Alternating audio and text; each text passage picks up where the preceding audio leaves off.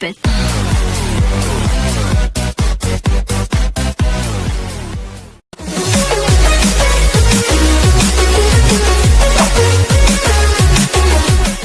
Assalamualaikum warahmatullahi wabarakatuh. Apa kabarnya anak-anak kelas 6? Semoga sehat dan tetap semangat. Berjumpa lagi dengan Ibu Eka Novianti SPD, SD Negeri 1 Tawan Sukamulya. Pada pembahasan materi kali ini kita akan membahas tema 2, persatuan dalam perbedaan, subtema 3, bersatu kita teguh, pembelajaran 1. Pemetaan kompetensi dasar dalam pembelajaran. Muatan pelajaran IPA menganalisis cara makhluk hidup menyesuaikan diri dengan lingkungan. Menyajikan karya tentang cara makhluk hidup menyesuaikan diri dengan lingkungan sebagai hasil penelusuran berbagai sumber. Muatan IPS memahami makna proklamasi kemerdekaan, upaya mempertahankan kemerdekaan dan upaya mengembangkan kehidupan kebangsaan yang sejahtera.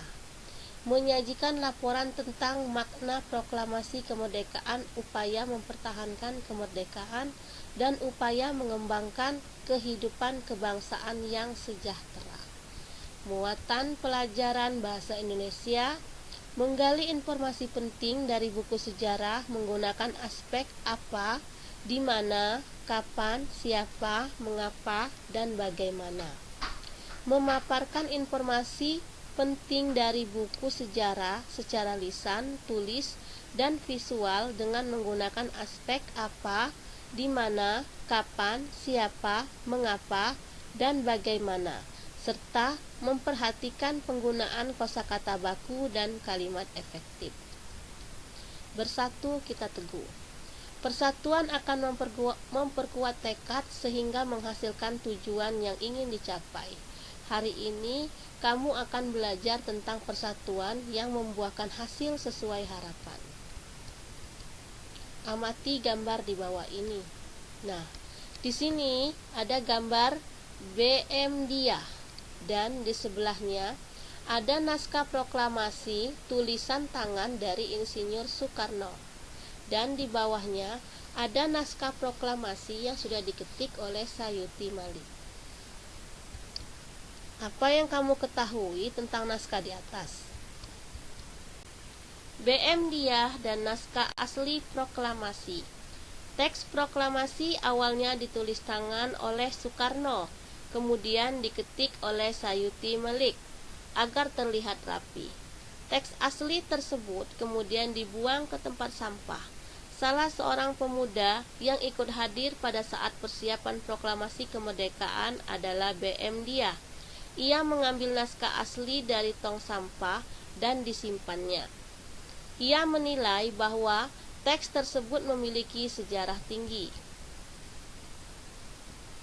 Naskah asli yang disimpan BM Dia selama 46 tahun, 9 bulan, 19 hari, kemudian dikembalikan kepada bangsa Indonesia. Dia membawa naskah asli proklamasi kemerdekaan RI pada Selasa pagi 19 Mei 1992 pukul 10.30 dan menyerahkannya melalui Presiden Soeharto. Naskah itu kemudian disimpan oleh Arsip Nasional atas anjuran Soeharto. Keputusan BM Dia itu untuk menyimpan naskah asli sangat tepat. Seluruh bangsa Indonesia sampai sekarang dapat menikmati naskah asli proklamasi dan belajar banyak dari kejadian saat itu. Amatilah kata-kata pada bacaan di atas. Apakah kata-katanya termasuk kata-kata baku? Tuliskan alasanmu. Nah, sekarang apakah kalian tahu dengan kata baku? Kata baku digunakan dalam situasi resmi, penulisan dan pengucapan sesuai pedoman ejaan yang disempurnakan pada buku EYD. Di sini ada contoh kata tidak bakunya nasihat, sedangkan kata baku dalam buku EYD nasihat. Jadi, pada tidak baku ini pakai huruf E, sedangkan contoh kata bakunya pakai huruf I. Contoh yang kedua di sini apotik, sedangkan contoh kata bakunya dalam buku EYD adalah apotek. Kata yang selanjutnya adalah cuman, sedangkan kata bakunya menurut buku EYD itu cuma, tidak ada huruf N. Dan contoh kata tidak baku lainnya ada gubuk, di sini dia memakai huruf G, sedangkan dalam buku EYD kata bakunya adalah gubuk, dia memakai huruf K. Di sini ada jadwal, kata tidak bakunya, sedangkan dalam kata bakunya dalam buku EYD adalah jadwal, dia tidak menggunakan U dan A tetapi menggunakan huruf W. Dengan menggunakan buku EYD, tentukanlah apakah kata-kata yang terdapat pada bacaan adalah kata baku. Jelaskan jawabanmu. Kata baku dan tidak baku dalam bacaan BM Diah dan naskah asli proklamasi. Ya, di sini ada bacaan BM Diah dan naskah asli proklamasi. Di manakah dari bacaan ini yang terdapat kata-kata baku dan tidak bakunya? Sekarang kita lihat untuk kata-kata baku. Pada dasarnya, bacaan pada naskah ini merupakan kata baku. Seperti contoh di sini, untuk menerangkan waktu, dia sudah berurutan 46 tahun, 9 bulan, 19 hari. Di sini sudah beraturan dari tahun, setelah tahun, bulan, setelah bulan, hari. Contoh kedua di sini, Selasa pagi, 19 Mei 1992. Selasa di sini diawali dengan huruf besar, huruf S kapital. Karena nama hari itu diawali dengan huruf kapital. Begitu juga dengan Mei. Mei nama bulan, dia diawali dengan huruf kapital.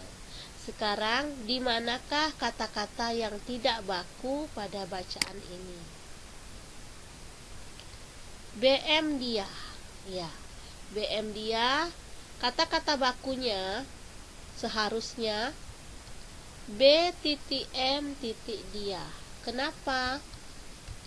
Karena BM singkatan dari Burhanuddin Muhammad. Jadi, kata-kata BM harus ada pemisah. B menyatakan Burhanuddin, M menyatakan nama Muhammad.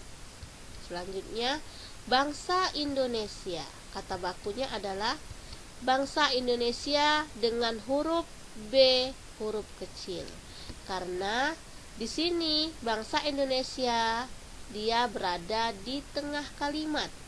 Jadi B-nya harus huruf kecil.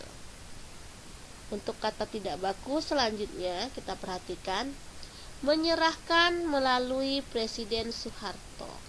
Seharusnya kata bakunya kita bisa menuliskan menyerahkan kepada Presiden Soeharto. Jadi kata-kata melalui di sini tidak baku, yang seharusnya kita ganti dengan kepada. Disimpan oleh Arsip Nasional. Seharusnya kata bakunya adalah disimpan di Arsip Nasional, karena Arsip Nasional di sini menerangkan nama tempat. Kembangkan informasi yang diketahui dari wacana dengan memperhatikan kata baku dan gunakanlah kalimat efektif. Carilah informasi sebanyak-banyaknya pada bacaan BM Diah dan naskah asli proklamasi dengan menggunakan kata tanya apa, mengapa, siapa, di mana, kapan, dan bagaimana. Di sini ibu akan memberikan satu contoh untuk kata tanya siapa. Siapa yang mengetik teks proklamasi? Nah, silakan Kalian melanjutkan di buku tugasnya untuk mencari informasi yang diketahui dari wacana atau bacaan BM Diah dan naskah asli proklamasi. Gunakanlah kalimat-kalimat tanya, apa, mengapa, siapa, di mana, kapan, dan bagaimana. Hari libur, Dayu dan teman-temannya berjalan mengelilingi perumahan. Mereka melihat sekelompok orang sedang menanam pohon di lingkungannya. Banyak tanaman yang harus mereka tanam. Dalam waktu singkat, seluruhnya tertanam dengan rapi. Dayu dan teman-temannya kagum dengan warga tersebut. Mereka bersatu menjaga lingkungan dengan menanam pohon. Tanaman sangat berguna bagi kehidupan manusia. Salah satunya adalah untuk membersihkan udara. Banyak penduduk Indonesia memanfaatkan tanaman sebagai pagar. Berikut adalah salah satu contohnya. Beluntas adalah tumbuhan semak. Tumbuhan ini bercabang, banyak, berusuk halus, dan berbulu banyak. Beluntas dapat tumbuh di daerah kering, tanah keras, dan berbatu. Tingginya bisa mencapai 3 meter dengan habitat dan ciri fisiknya tersebut. Beluntas banyak dimanfaatkan sebagai tanaman pagar. Banyak rumah-rumah menggunakan beluntas sebagai pagar hidup. Keong sawah atau tutut hidup di perairan dangkal yang berdasar lumpur. Keong sawah banyak hidup di sawah, rawa-rawa, pinggir danau, dan pinggir sungai kecil. Keong sawah berguna untuk membersihkan lumut di kolam ikan. Keong membersihkan lumut atau rumput yang biasanya tumbuh mengambang di atas air. Nah, di sini ada tumbuhan yang berguna bagi kita manusia dan juga hewan yang juga berguna bagi kita manusia, bahkan hewan lainnya. Manfaat hewan bagi manusia dan lingkungan. 1. Penghasil bahan pangan. Manusia memanfaatkan hewan untuk bahan makanan seperti daging, telur, dan susu. Yang kedua, penghasil bahan sandang. Hewan memiliki manfaat terkait kebutuhan sandang seperti kain sutra yang berasal dari serat kepompong, ulat sutra. Domba dapat menghasilkan wol. Kulit hewan seperti sapi dan kerbau dimanfaatkan dalam pembuatan jaket. Penghasil bahan kerajinan. Kulit sapi, kerbau dimanfaatkan sebagai bahan pembuatan wayang kulit. Selain itu, bulu angsa dimanfaatkan untuk membuat kok. 4. Penghasil pupuk organik. Kotoran berbagai jenis hewan seperti sapi, kambing dapat digunakan sebagai bahan pembuat pupuk organik yang baik dan tidak membahayakan bagi lingkungan. Manfaat yang kelima, penghasil tenaga. Tenaga gajah dimanfaatkan untuk mengangkut kayu. Tenaga kuda dimanfaatkan untuk menarik delman. Dan tenaga kerbau dimanfaatkan untuk membajak sawah. Manfaat tumbuhan bagi manusia dan lingkungannya. Yang pertama, tumbuhan bisa dimanfaatkan sebagai bahan makanan. Bagian tumbuhan yang dapat digunakan untuk bahan makanan adalah batang, daun, bunga, dan biji. Yang kedua, sebagai bahan sandang. Serat kapas dapat dimanfaatkan untuk membuat kain katun. Yang ketiga, bahan bangunan. Kayu dari pohon jati, pohon kelapa, dan pohon meranti dimanfaatkan untuk bahan bangunan. Yang keempat, sebagai bahan obat. Banyak tanaman dimanfaatkan untuk obat, salah satunya jahe untuk mengobati batuk, daun kumus kucing untuk mengobati ginjal, daun jambu biji untuk mengobati diare. Yang kelima, dimanfaatkan sebagai bahan baku industri. Industri banyak memanfaatkan tanaman untuk kebutuhan manusia. Getah karet digunakan dalam pembuatan ban. Getah pinus dimanfaatkan sebagai orang untuk industri cat.